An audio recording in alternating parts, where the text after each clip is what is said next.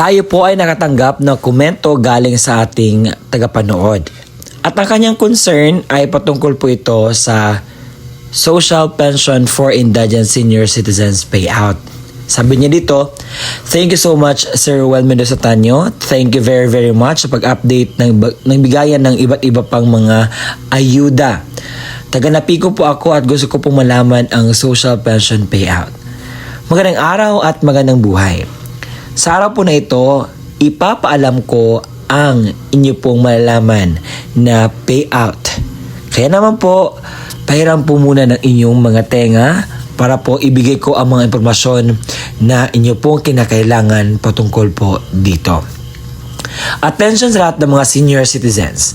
Social Pension Payout Schedule, November 25, 2025. Alamin natin ang buong detalye sa balitang ito. Ang mga impormasyon na makukuha ninyo ngayon sa ating video ay una, ang mga lugar kung saan may magaganap na payout sa Social Pension for Indigent Senior Citizens. Pangalawa, saan po ba magaganap ang inyong payout? Pangatlo, ano ang oras po ng inyong payout? Pang-apat, ano ba ang kumpletong requirements sa pag-payout? Panglima, mga dagdag kaalaman patungkol po sa inyong pong magaganap na payout. But inaanyahan kita na tapusin ang video nito hanggang sa dulo nang sa gayon makuha mo ang punto ng video kong ito.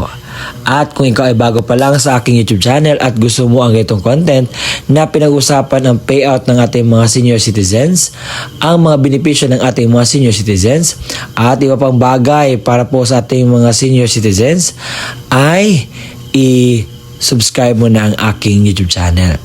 Dahil sa YouTube channel kong ito, ibibigay ko po ang mahalagang bagay para po sa inyo. Araw-araw po ako nag-upload na sana'y makuha niyo po ang aking motive in making a vlog. Kaya naman, pagkatapos mo subscribe, i-bell notification mo na para ma-updated ka sa mga videos na i-upload ko pa dito sa aking YouTube channel. Let's go at ating pag-uusapan ito. Ang una po sa ating listahan ay ang summer. Meron po magaganap na payout sa November 25, 2025 at ipapakita ko po sa inyo ang kumpletong detalye sa balitang ito. Sa alas 8 ng umaga, ang Barangay San Rafael, Barangay Binaloan, Barangay San Pablo, Barangay Malinaw, Barangay Mabuhay, Barangay Lumatod at Burak at Barangay Pulangi. Sa alauna po ng hapon, ito po yung mga barangay na mapipayout. Barangay Poblacion 1, Barangay Poblacion 2, Barangay Poblacion 3, Barangay Poblacion 4, Barangay Poblacion 5 at Barangay Poblacion 6 na mapipayout po. Meron po magaganap na payout sa Tarlac City Convention Center sa November 25, 2025. Sa alas 7 po ng umaga ay mamumove po ito ng alauna ng hapon dahil po merong emergency. So yan po.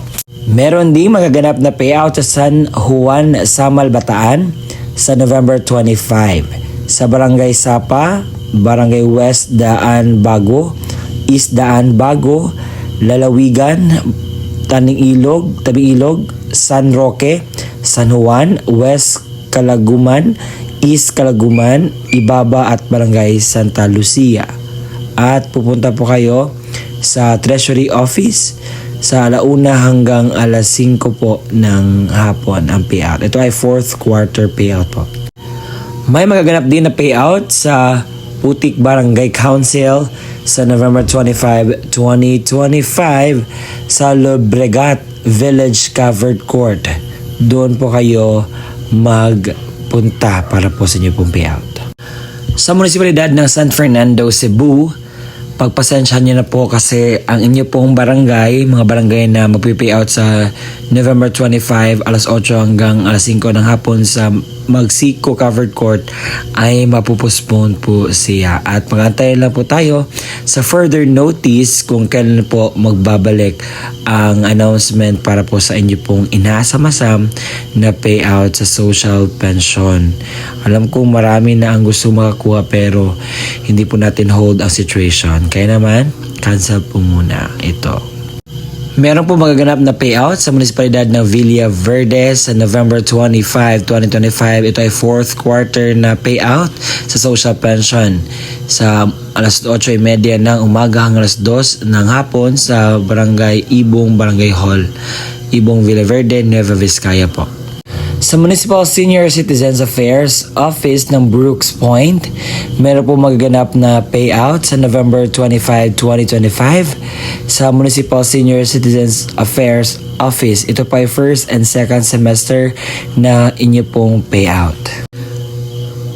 Sa Fatimanians, meron po magaganap na National Social Pension fourth quarter sa November 25, 2025. Pupunta lang po kayo sa Barangay Fatima Gymnasium dahil doon po magaganap ang inyo pong payout. Sa Office of the Mayor po kayo kukuha. Sa Barangay San Jose, meron po magaganap na payout sa November 25. Sa Barangay Poblacion Covered Court ang payout venue at magsimula po ang inyong payout sa alas 8 po ng umaga. Sa Barangay San Jose, Santa Catalina, Negros Oriental po ang iyong pong lugar na sinasabi ko. Sa Gawin Barangay Hall, magaganap po ang payout sa November 25, 2025, alas 8 po ng umaga.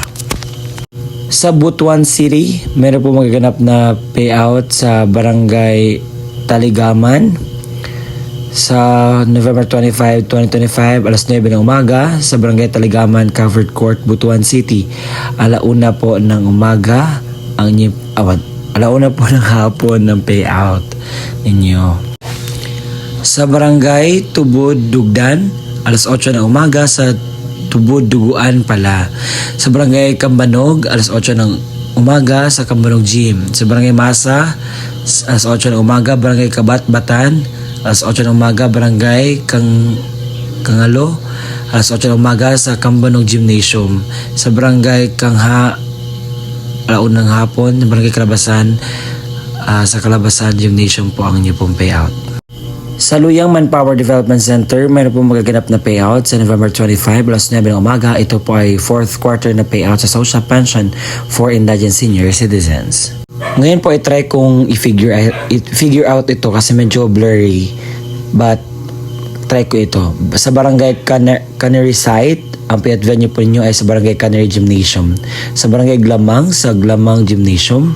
Sa Barangay Landan, sa Barangay Landan Gymnasium. Barangay Kunan, sa Barangay Kunan Gymnasium. Sa Barangay Maligo, Barangay Maligo Gymnasium.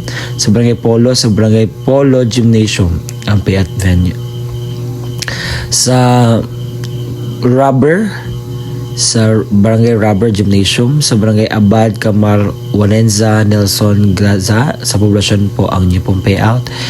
Sa Silway 7, Barangay Silway Gymnasium.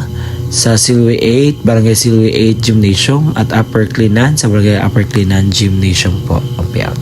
Sa Barangay San Valley, lungsod ng Parañaque, ay meron pong magaganap na payout sa Social Pension for Indigent Senior Citizens at ito po, ibibigay ko po ang kumpleto detalye nito para po malaman po ninyo. Dito po nakakulay green ang Barangay San Valley, alas 8 hanggang alas 12 ng tanghali na may 621 pensioners. Sa Barangay Merville, alaunang alas 3 ng hapon na may 164 pensioners, a total of 785 pensioners. Sa Tolentino Gymnasium po ang inyo pong payout magaganap.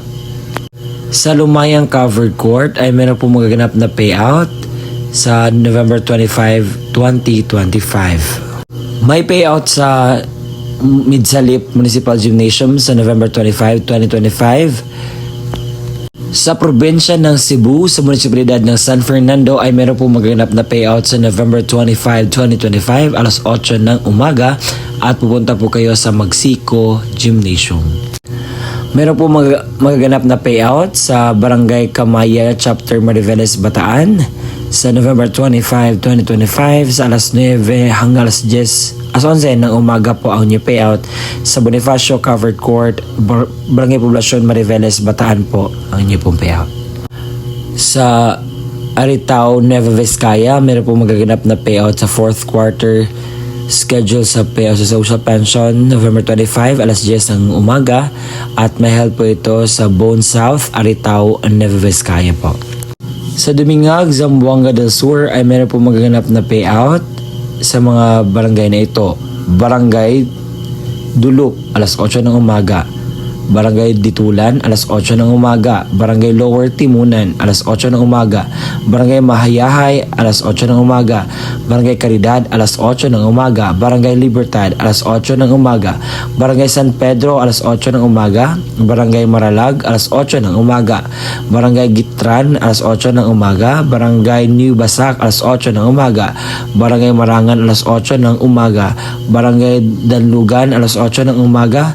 At ang huli ay Dilud, alas 8:30 ng umaga ang inyo pong payout na magaganap sa November 25, 2025. Sa Barangay San Pablo ay meron po magaganap na payout sa Municipal Plaza Covered Course Taft, Eastern Samar sa November 25, 2025 alas 8 ng umaga po magaganap ang inyong payout. Sa Barangay Tugbungan, meron po magaganap na payout sa Tugbungan Barangay Hall sa November 25, 2025, alas 8:30 po ng umaga. Ito pa ay fourth quarter na payout sa social pension from October to December.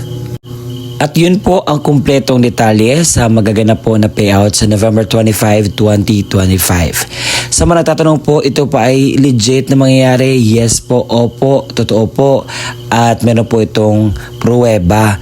Dahil ang Social Pension for Indigent Senior Citizens ay isa pong ganap na batas para po sa ating mga minamahal na senior citizens at mangyayari po talaga ito sa bukas. Oo. May schedule po at yung kung kayo ay natatanong kung totoo ba ito, opo, hindi po ito fake news. At sa mga natatanong, sir, bakit wala po ang aming barangay? Ano po yung gagawin namin para malaman namin ang schedule? So ganito lang po yun. Pumunta po kayo sa pinakamalapit na barangay sa inyo at tanungin po ang update sa inyo pong payout, kailan magaganap, anong oras. Nang sa ganyan po ay meron kayo idea kung ano ba yung nangyari sa inyo pong social pension update. At sa pag-payout po, may kinakailangan po tayong dalhin ng mga dokumento. At ito po ang kompletong dokumento na dapat nyo pong ipunin or kunin at i-ready. Senior citizens. Kung senior citizens or beneficiaryo ang kukuha ng kanyang payout, isang malinaw na photocopy or Xerox ng senior citizens ID na mayroong 3 original na pirma or thumb mark katulad sa ID ng senior citizens.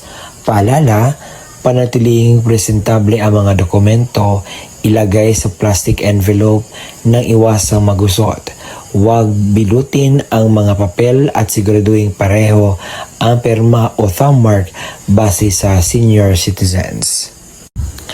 Kung authorized representative ng senior citizens or beneficiary ang kukuha ng pensyon, isang malinaw na photocopy ng ID ng senior citizens at lagyan na 3 original na pirma o thumb mark katulad ng nasa ID ng senior citizens.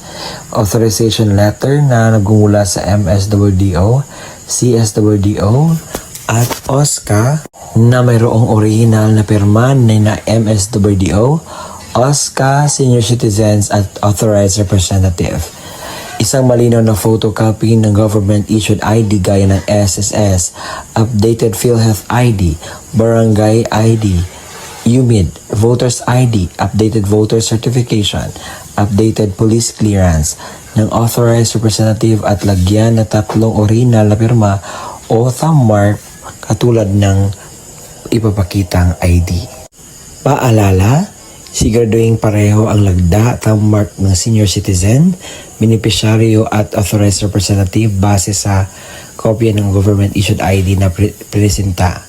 Komplituhin ang mga hinihinging lagda, thumb mark sa authorized letter, iwasang magusot at huwag bilutin ang mga dokumento. Kung namatay na ang beneficiaryo, isang malinaw na Xerox ng ID ng pensioners, warranty letter na nagmula sa MSWDO, CSWDO o OSCA na may pirma ng MSWDO. Xerox ng death certificate ng beneficiaryo na mayroong serial number. isang malinaw na photocopy ng government issued ID gaya ng SSS, updated PhilHealth ID, updated barangay ID, UMID voters ID, updated voter certification, at updated police clearance ng authorized representative at lagyan ng 3 original na pirma o thumb mark katulad ng pinapakitang ID. Paalala, kumpletuhin ang mga hinihinging lagda o thumb mark sa warranty letter at iwasang huwag gusot at huwag bilutin ang mga dokumento. Kung wala ang death certificate, kinakailangan ng certificate mula sa MSWDO, CSWDO na nakasaad ng pagpatunay na ang beneficiaryo ay patay na at kasalukuyang inasikaso ang death certificate. Huwag kalimutan magdala ng inyong ballpen na itim, payong at saka tubig. At kung meron na doon na po kayo sa payout, kinakailangan niyo pong gawin ito. Kinakailangan kumain muna kayo before pupunta sa payout. Magdala ng sariling ballpen, inumin at gamot kung kinakailangan. Baka pagdating po doon ay medyo mas ready tayo para maiwasan natin ang mga darating pang mga sakuna. At ang gagawin niyo po is magpila po, sumunod sa mga alituntunin ng payout. At yun po. At yun po ang kumpletong detalye na ating nalalaman ngayon. Maraming salamat po sa walang sawang pagsusuporta, panonood po sa ating mga ina-upload na vlogs. Umabot na po tayo sa 70,000 subscribers. Maraming salamat po and God bless us all. Gawin natin 100K. Kaya ba? Salamat!